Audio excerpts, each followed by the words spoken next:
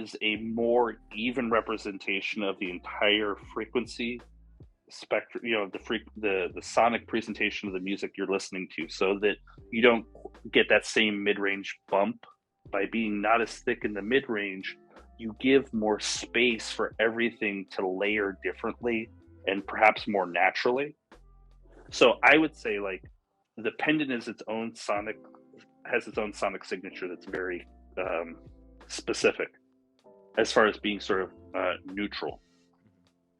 Whereas the Agartha is not neutral, but is not overemphasized within any, you don't get that mid-range overemphasis. Whereas the Mogwai, on up to the Nautilus, has a very thick mid-range, which, lots and lots of people love. It's kind of a traditional American sound, but that all three are very distinct differences. And what's your take on it? The Agartha, though, to me is probably the closest I've heard to a lifelike representation of something. Like it made me feel like I was in the room properly, like especially on the corn scholars. Like I was like I could close my eyes and feel like I was transported back to my times of being in a bar, being at a different venue, or this was the most representative of that experience. Does that make sense? Like it had this spaciousness, it had this, while at the same time still having that intimacy that you're talking about, without it being overly not romantic, not overly romantic, like say the Mogwai would be SE, where that mid range is like just warm and more emphasis is there. Where this was more of like that lifelike, super technical, like I could pick apart everything with the imaging and like stuff, but not in a sterile way, like in a very tube-like way, which it's such a cool experience. And so that was my experience with it. The detail question is probably one of going up in the transformers. So the pendant SC forge uses sort of the same class of transformers, and then you have the SC that uses the next level up in class of transformers, and then you have the big boy transformers, right? With each of those, the detail goes up. Mm-hmm. The micro detail retrieval, the low level, because their frequency extension extends further and further as you go up in transformers.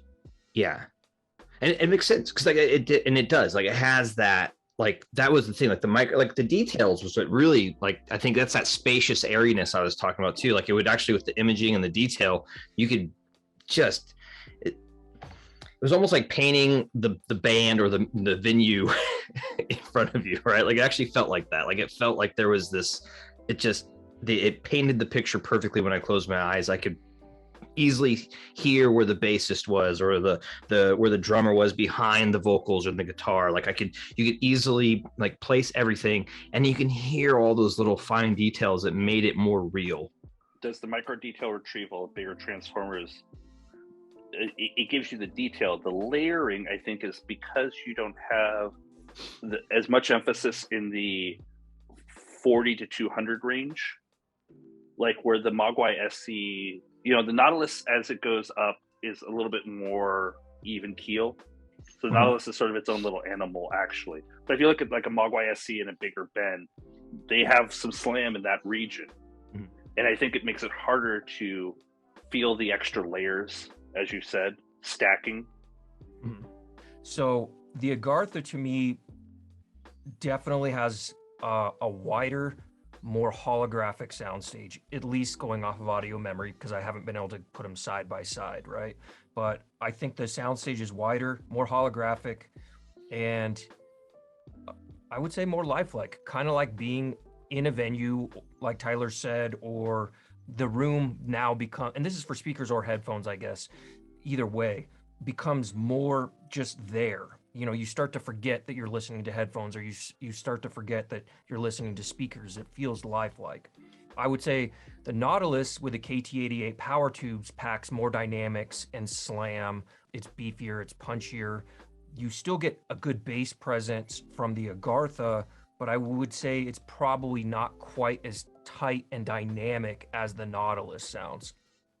So I think it's a matter of preference and what you like, right? And what you can afford. So the Nautilus, I think, is just going to be a slamtastic good time with excellent frequency response. And I don't find the Nautilus to be overly warm anywhere. Honestly, it's maybe just a touch. Well, so if you look at like how 300Bs or 6B4Gs were used in the 40s and 50s, it's more commensurate with like how I'm using them now. If you look at how they were used in the 90s, we started to get Chinese audio 300Bs becoming accessible. There was like the first, China started producing 300Bs, I believe, in the mid to late 90s, and so there was this resurgence of the availability of a 300B tube that was inexpensive relatively, and the sound signature was different, and so you can get a more warm sound from a 300B by changing the primary impedance of the output transformer. So you'll get it warmer and you'll get it more power. And so depending on how you're chasing the rainbow, that sets up a whole lot of decisions. So our primary impedance for almost all of our amplifiers tends to be around 5K. The principal reason for doing that is that we want low distortion, and we don't give a shit about power. Because headphones relative to speakers don't need the same sort of power requirements. But if you were using either a 2.5K primary or a 3.5K primary, which tend to be real popular choices with 300B amps, you're going to get a lot warmer, maybe syruppier sound. That's some people's preference. That's not where we went with it. The idea for the Agartha was, I love 50s hi-fi, So like a set of heresies and an Agartha is a smashingly good time, like stupid good. And so that's why it's using a 6SL7 front end. A 6SL7 front end is a really romantic sound, and there's a reason for that, as far as a tube. Now, it is not the quietest, perhaps, but it is the most romantic versus a 9-pin. And there's decisions like, is that the best choice or not? That's a debatable question. The same for the rectifier. Why are we using a 6AX5 versus a 5AR4? Well, a few reasons. The transformer that we designed, this two 6.3 windings are isolated from each other, which gives it so each filament, each side of the amp, each channel has its own filament winding, so that you can't produce noise on one side of the amp and have it matriculate to the other side of the amp, because they're actually two separate power supplies, windings for the outputs, right? And so doing that plus having a 5-volt winding we chose was like sort of not the path we needed, because like this amp doesn't need a big rectifier. So we would have ended up using like a 5Y3, which is like a really tiny rectifier, kind of used in like the Fender Champs, and that would have been a good choice. Like a 5Y3 might have been a good choice, but a 6AX5 was a 6-volt rectifier, and oh, by the way, it was out in the 50s and 60s, and oh, by the way, they're $6 new old stock. Like, go buy 10 of them, call it good. Those were kind of the decisions. I was going for a classic sound without trying to be an audiophile, if that makes sense. I love it. I bought it. That's true. I heard it at Can Jam briefly, and I was like, oh, this is magic. So I ended up buying one, and I got it home, and I didn't get to hear it at Can Jam with speakers, obviously. So I already knew I enjoyed it with headphones, but I was like, I wonder what this is going to sound like with speakers. And I had a cheap 300B amp in-house. It's okay. It's not great. So I had an idea what it would sound like with the Heresy 4s. But then I put this with the Heresy 4s, and it was like level up. And I was like, oh, this is the sound I wanted. It's just, you said it doesn't have an overly hefty mid-range, but it has a beautiful mid-range that it does have that is accurate and allows you to pick up detail, and the natural way vocals are represented by the Agartha and the 300B tube is extremely, I don't know, I love it. It's beautiful. Can you run a 9-pin, or should you run a 9-pin? The nice thing is that the current demands of a 6SL7 are significantly more than a 9-pin variant. So what's really cool is there are some unusual 9-pin variants. So what I'm saying is you can run an adapter. So the nice thing is because the 8-pin tubes, the octal tubes that he just showed, require more current, you can actually, if you run a 9-pin adapter, you can actually run some very unusual 9-pin tubes that are super cool, but require, like, wouldn't be compatible in most, like, you couldn't put it in an MH4 type 12AX7 tubes that if you put into an MH4, they draw so much current that the MH4 will put itself into protection mode because it wants to keep itself alive. But because the Agartha is used to seeing a bigger tube with the 8-pin tube, power demand wise, that you can run an adapter and you're like, oh, no problem, Mazel Tov, we're good. 9-pin tubes are nice. They have a smaller glass envelope, so they can be quieter by default, and you can do a lot of tube rolling. I chose an 8-pin because I'm a romantic kind of guy. Everybody, I'm a lover. I like a more romantic sound, an older sound. If you look at the Mullard 520 circuit, 5-20 circuit, which is sort of like one of the most modern amps, power amps are derivatives of this circuit. You know, it used a 6SL7 front end almost always. And it, you know, if you like the Heathkit W5 as an example, it's called the Wilsonian circuit. It's classic American hi-fi. And so being able to kind of use that as a touch point is a lovely thing. Now, you know, are 9-pins great? Sure. It's an interpersonal choice. I will say that, like, going to the 9-pin on almost everything else made a lot of sense because it quieted the amps down and made them more powerful and gave more tube rolling. But by the way, if no one has it, so if you guys want to talk, like, I'm not a tube expert, I just pretend to be one.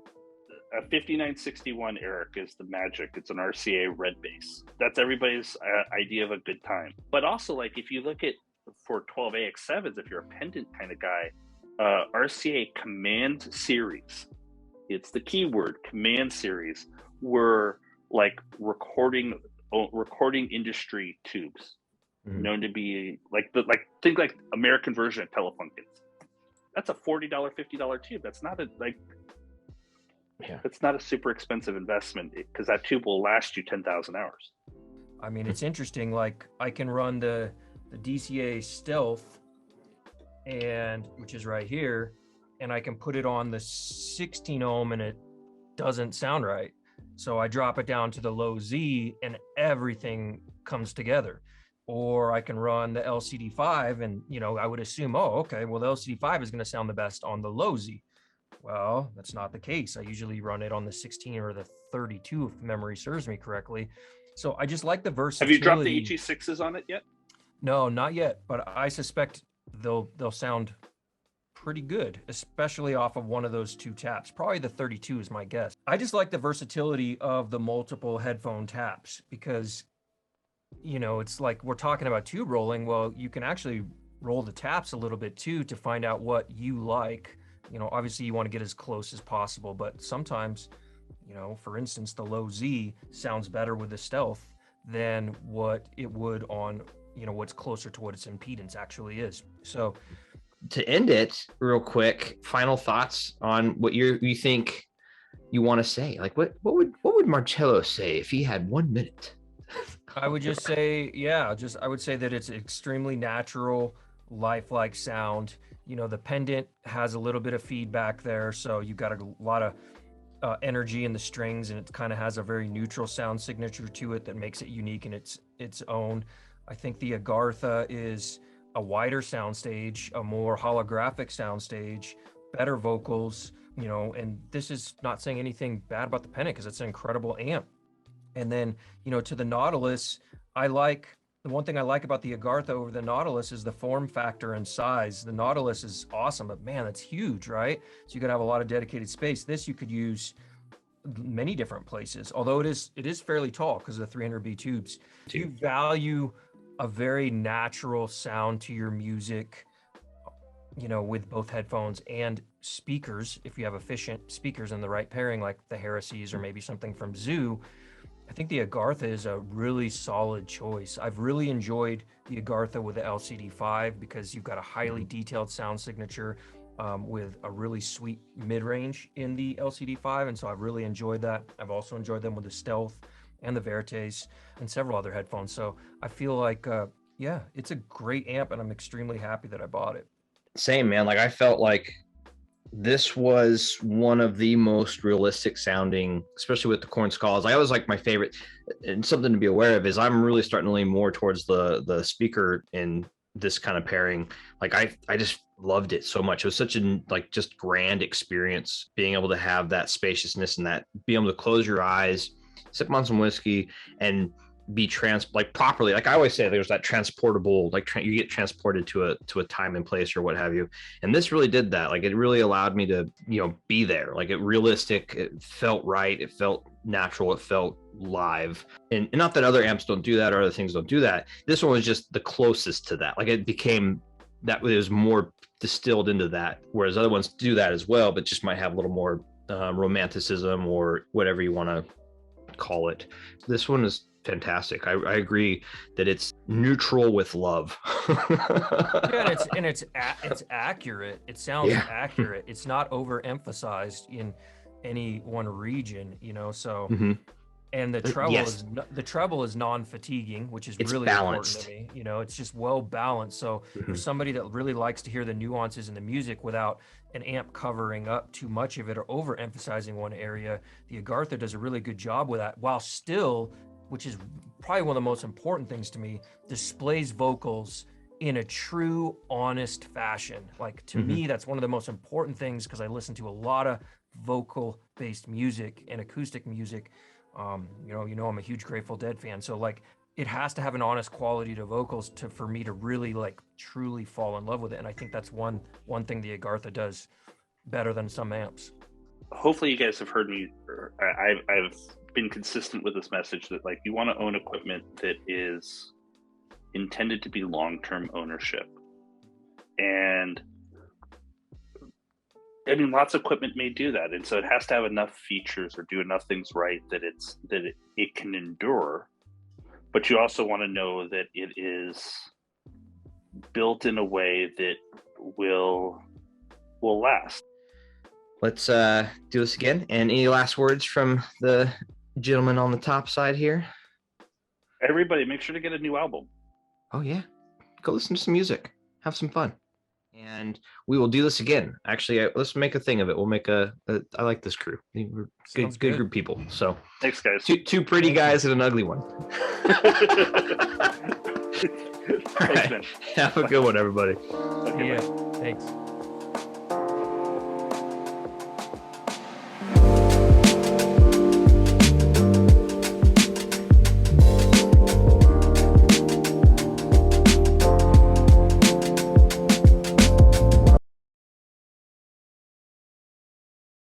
them, because then they're rebirthing these amplifiers.